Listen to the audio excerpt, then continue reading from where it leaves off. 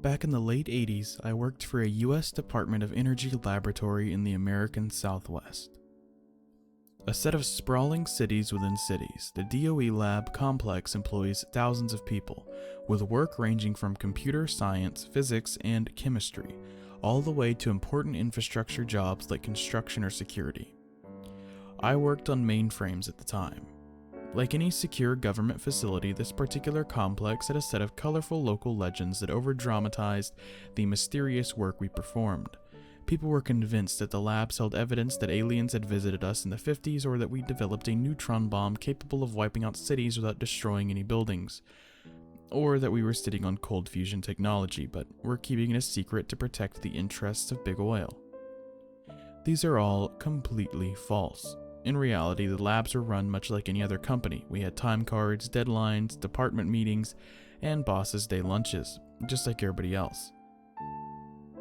Despite, or perhaps because of, the reality of mundane lab work, staff often got a kick out of perpetuating these myths.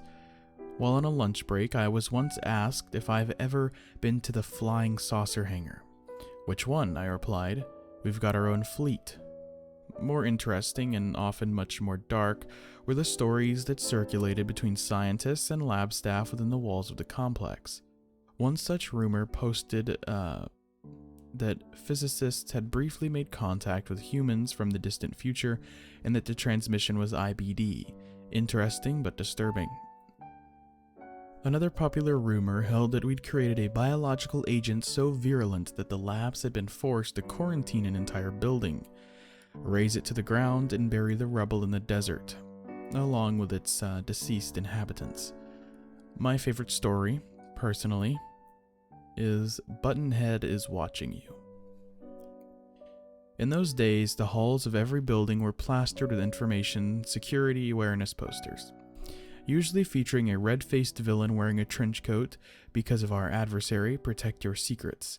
The enemy is always watching. Always dispose of sensitive documents in a burn bag." It's likely that Buttonhead was a mishmash of popular alien myths and the pervasive atmosphere of Cold War paranoia, and embodied the idea of an insider threat. The Buttonhead legend went something like this. When working late at night, be on the watch for Buttonhead, who prowls the laboratory halls after sundown. He can only get you when you're alone. He doesn't have a mouth to speak or ears to hear, but his eyes do more than see, and he's always watching. According to witnesses, Buttonhead looked like a person from far away, but had a featureless roundish head with a pair of deep holes in the center of his face. Nobody ever said what Buttonhead was watching for or what he would do if he ever caught you alone. It was typically the older lab veterans who would bring up Buttonhead, along with hushed stories about the mysterious disappearance of several Night Owl employees over the years. During a retirement party, I jokingly asked the guest of honor if he'd ever seen Buttonhead. "I saw it once in one of the old warehouses way south of the tech area," he replied, cracking a forced smile. I remember the smell most of all." So is he an alien or just a regular old ghost?" The smile quickly drained away. He paused, looking like he might confess something important, but stopped short of it, muttering, "No, it's much worse than that." A few months later, I was pulling a late night in one of our mainframe rooms, performing some maintenance work with a coworker, a contractor named Gary. Gary, a bald, pudgy diabetic Mormon, was a salt-of-the-earth type with an easygoing demeanor. He had an abbreviated sense of humor, but didn't have a mean bone in his body, and was a good colleague. The mainframe room was in the largest single-story building in the complex, with around 20 crisscrossing halls that seemed to stretch on to infinity. After working hours, most of these halls would fall pitch dark. Hall D, our mainframe hall, was still lit, but every other hall was a catacomb tunnel, with only the faint glow of the occasional vending machine to illuminate the faraway corners of the building.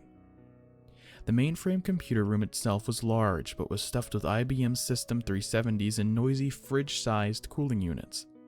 It wasn't feng shui or anything, but we loved playing around with computers so much that we didn't mind.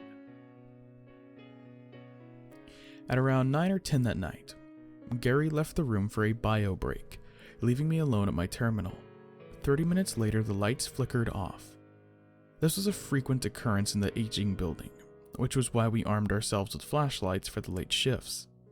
I noticed that Gary hadn't returned from the men's room, and as I felt the call of nature myself, I grabbed my ever-ready and headed out to the door to check things out.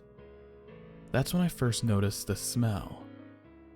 I tell folks that it smelled like mint gum and roach poison, but there was an indescribable and subtle sickness to it. I've never smelled anything like it since. It was the scent of something horribly unclean and unnatural, combined with a potent artificial sweetness. I left the mainframe room and hurried toward the men's room, which was 2 darkened hallways over. I made it 5 paces when I saw him, or it, or whatever it was, standing in front of the exit doors at the far end of Hall D, was what looked like a man wearing a gray jumpsuit. Both it and I remained motionless as I trained my light down the hall. Seconds later, it broke into a speed walk straight for me. It was still a few hundred feet away, but I could tell something was clearly wrong by the way it walked. It had an impossibly fast gait, like people from old newsreel clips, and by its head, which looked like an enlarged lumpy orb. When its face came into view, I sprinted back into the mainframe room, which thankfully had a mechanical push-button lock. The face was utterly unrecognizable. It was just a scattered set of abscesses and holes. After slamming the door shut and backing toward the desks, a figure appeared in the small frosted safety window. It was quiet for a moment, and then it spoke. It's Gary. Let me in. I just saw something weird." I couldn't hear it perfectly over the drone of the fans, but something wasn't right about the voice. It sounded like Gary, but as if he were leading some sort of spoken word chant with dozens of other voices.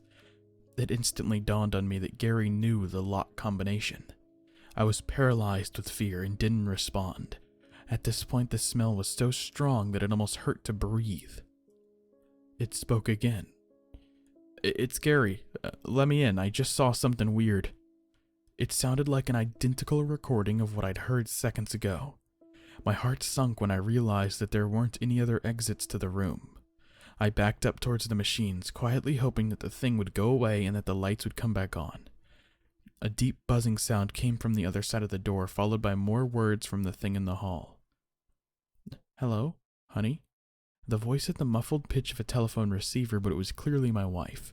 It sounded like she was at home.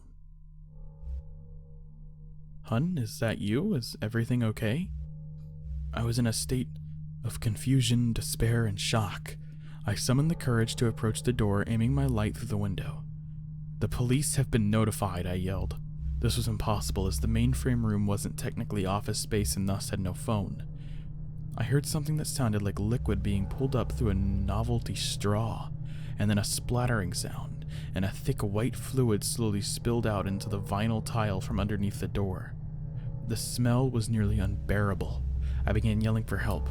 I could hear the thing fumbling with the push-button lock. The splattering continued, and the dense, white syrup kept pouring in from beneath the door. I remember retreating to the back corner of the mainframe room and then nothing else. Hours later, a pair of MPs found me curled up in a ball and sopping wet in the rear corner of the mainframe room. My wife, who had received a call at 10:30 from someone she believed to be me, called the base police at midnight after I didn't return home. The guards didn't find any sign of forced entry, and there was no sign of Gary or the white liquid. The next morning, my manager told me that Gary had terminated his contract earlier that week and wasn't even scheduled to come in that day. I never saw him again. My wife and I moved to California a month later. Even though I work from home these days, my pulse still quickens when I walk down a darkened hallway. What stays with me the most is that strange, awful smell. It's probably just my brain playing tricks, but I swear it still wafts in through my window some nights.